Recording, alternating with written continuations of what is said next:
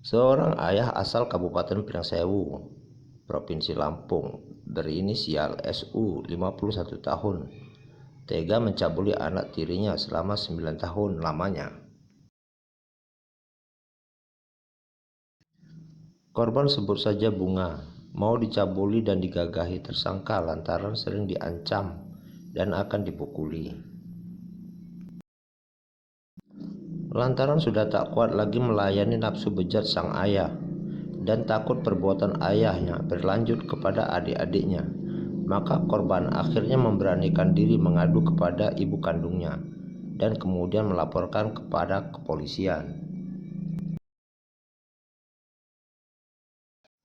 Kasat Reskrim Ibtu Fabio Adigo Mayora Pranata STK SIK MH menjelaskan, tersangka SU saat ini sudah diamankan TKP 308 Satreskrim Polres Priangsewu dan saat ini sedang menjalani pemeriksaan insentif di Unit Perlindungan Perempuan dan Anak PPA Satreskrim Polres Priangsewu.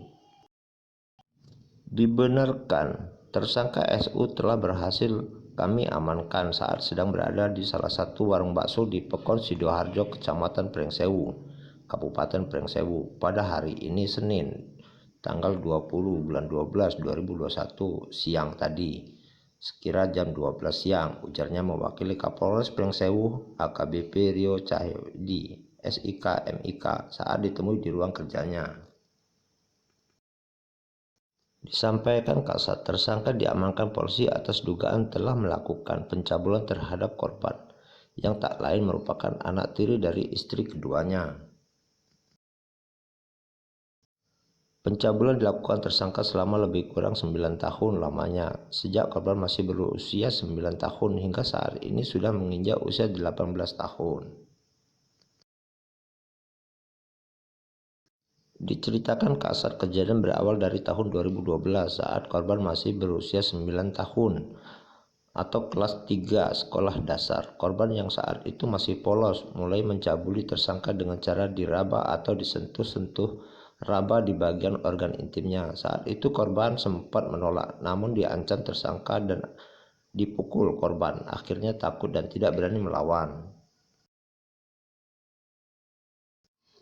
Kejadian terus berlanjut hingga korban berusia sekitar 15 tahun. Korban mulai diiming-imingi tersangka untuk belajar mengendarai kendaraan sepeda motor. Namun sambil mengajari sepeda motor tersebut, tersangka sambil aktif menggerayangi tubuh korban.